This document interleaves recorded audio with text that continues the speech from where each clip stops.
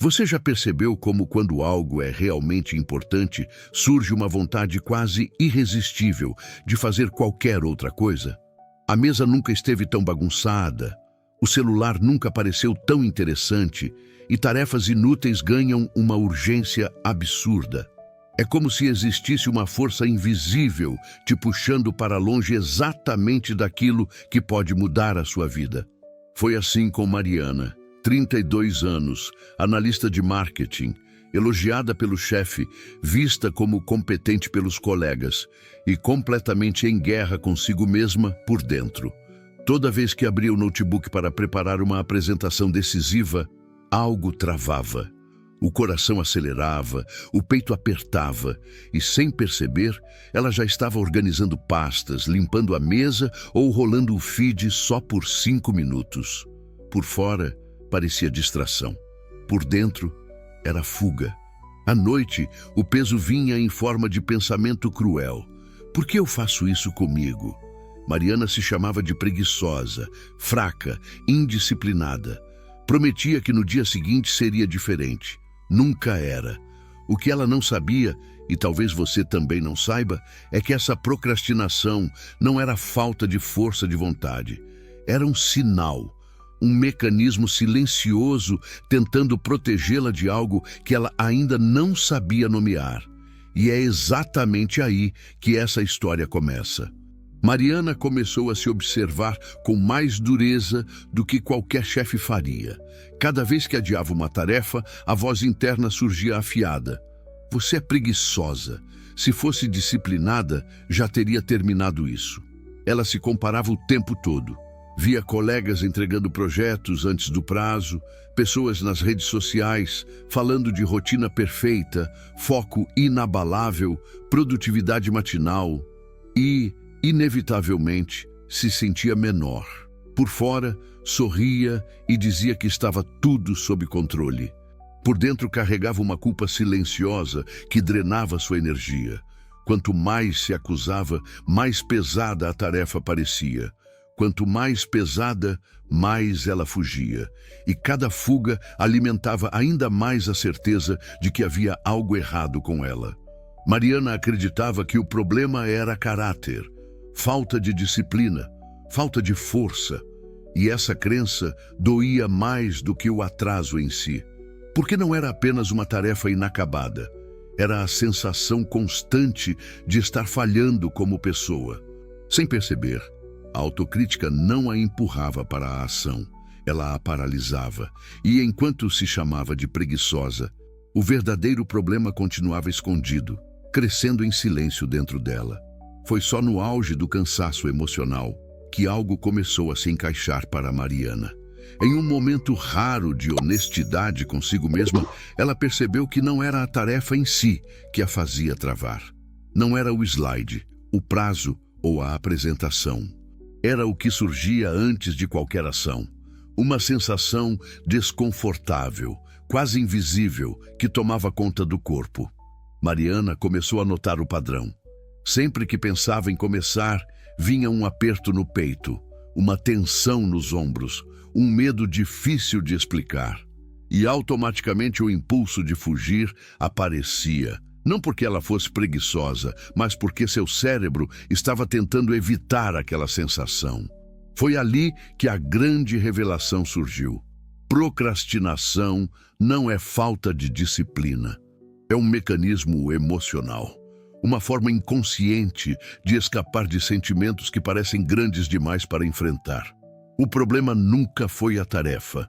O problema sempre foi o que ela sentia ao imaginar fazê-la.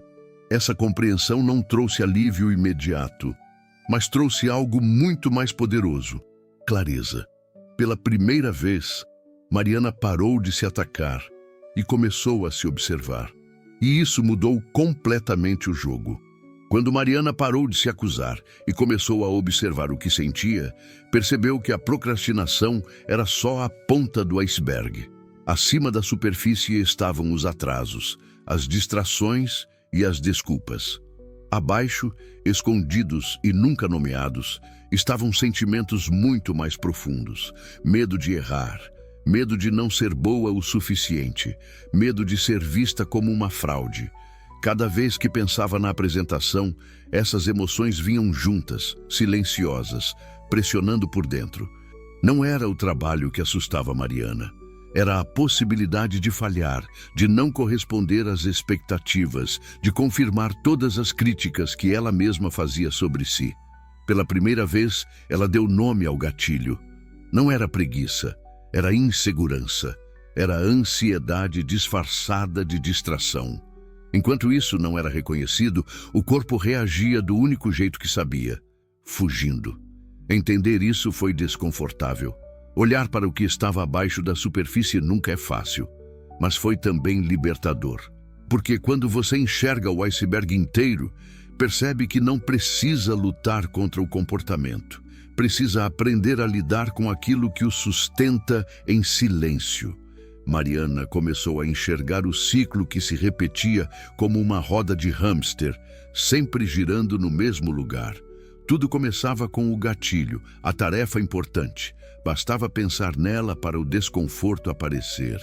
Então vinha a fuga, um vídeo, uma organização desnecessária, qualquer coisa que a afastasse daquela sensação ruim. Por alguns minutos surgia o alívio. A tensão diminuía, o corpo relaxava e parecia que estava tudo bem, mas o alívio durava pouco. Logo depois, a culpa entrava em cena, mais pesada do que antes. Você está fazendo isso de novo. Você nunca muda. Essa culpa não a fazia agir. Pelo contrário, tornava a tarefa ainda mais ameaçadora. E quanto mais ameaçadora, maior a necessidade de fugir. Assim, o ciclo se fechava. Gatilho, fuga, alívio, culpa. Repetidas vezes. O mais cruel desse processo é que Mariana acreditava estar se sabotando de propósito, mas não estava. O que parecia autossabotagem era apenas um sistema emocional tentando evitar dor, da única forma que conhecia. Enquanto ela não enxergasse essa roda invisível, continuaria correndo sem sair do lugar, exausta, culpada, presa em si mesma. Quanto mais Mariana observava esse ciclo, mais um vilão ficava evidente: o perfeccionismo. Dentro dela existia uma regra silenciosa e cruel. Ou fazia perfeito, ou era melhor nem começar. Qualquer erro parecia inaceitável. Qualquer falha, uma confirmação de que ela não era boa o suficiente. Esse pensamento transformava o início de qualquer tarefa em uma ameaça. Não era apenas fazer um slide. Era ter que provar valor, competência, merecimento. E diante dessa pressão, o cérebro buscava proteção. Se não começasse, não erraria.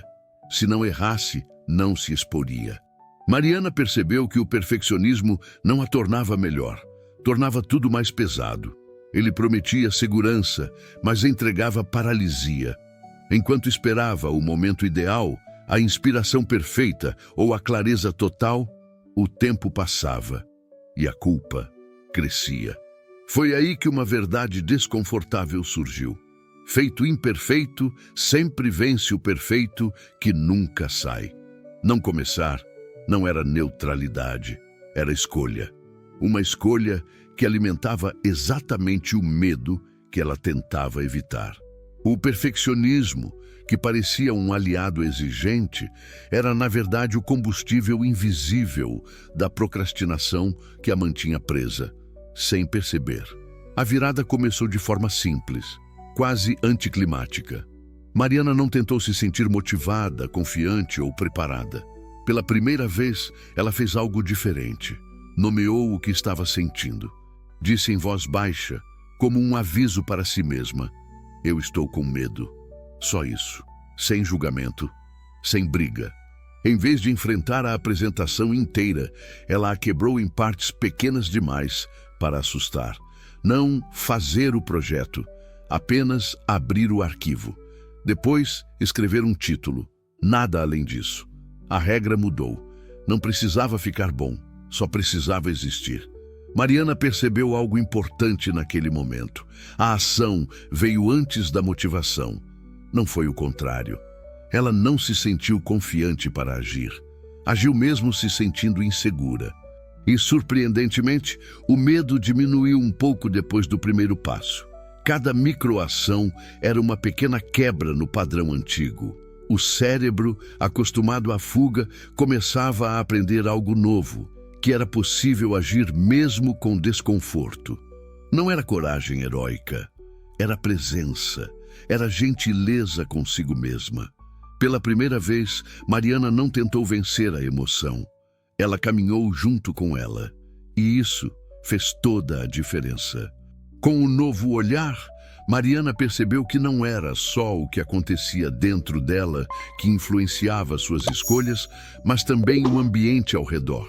O celular, sempre ao alcance da mão, funcionava como uma porta de fuga instantânea. Cada notificação oferecia uma recompensa rápida, uma dose de dopamina que anestesiava o desconforto por alguns minutos. Ela decidiu testar algo simples, quase simbólico. Deixou o celular em outro cômodo. O silêncio incomodou no início. Sem a distração fácil, as emoções apareciam com mais clareza. Mas, dessa vez, ela não correu. Criou um espaço mais favorável ao foco, mesmo sem sentir vontade. Mariana também adotou blocos curtos de trabalho. 25 minutos. Nada além disso. Quando o tempo acabava, ela parava. Sem negociações internas, sem exageros. O foco deixou de ser terminar tudo e passou a ser apenas estar presente naquele intervalo. Aos poucos, o cérebro começou a associar trabalho a algo suportável, não ameaçador. Menos pressão, menos fuga. Mariana entendeu que foco não nasce da força de vontade, mas de escolhas conscientes sobre o ambiente e os estímulos que alimentamos todos os dias. Mariana não se transformou em alguém perfeita, disciplinada todos os dias ou imune à procrastinação. Ela se transformou em alguém consciente. Consciente de que nem sempre vai ter vontade, nem sempre vai se sentir segura, nem sempre vai acreditar em si mesma. E ainda assim, pode agir. A apresentação não ficou impecável. Houve ajustes de última hora, frases que poderiam estar melhores, detalhes imperfeitos, mas ela foi entregue. E mais importante do que o resultado, foi o que mudou dentro dela. Pela primeira vez, Mariana não saiu exausta por ter se forçado além do limite. Saiu em paz por ter se respeitado. Ela entendeu que procrastinação não se vence com agressividade interna, mas com presença. Que agir mesmo sem vontade é um ato de maturidade emocional. Que pequenos passos repetidos têm mais poder do que grandes promessas nunca cumpridas. Mariana deixou de lutar contra si mesma, e quando essa guerra acabou, o caminho ficou mais leve. Agora, a pergunta fica para você. Qual é o ciclo que está se repetindo na sua vida? Qual fuga você usa para não sentir algo que pede atenção? E qual pequeno passo você pode dar hoje, mesmo sem motivação? Se essa história falou com você, curta este vídeo. Isso ajuda muito o canal a continuar trazendo conteúdos assim. Compartilhe com alguém que vive se culpando por procrastinar e precisa ouvir isso. E se inscreva no canal para não perder os próximos vídeos. Talvez você não seja preguiçoso. Talvez você só esteja fugindo de emoções que merecem ser acolhidas, não evitadas.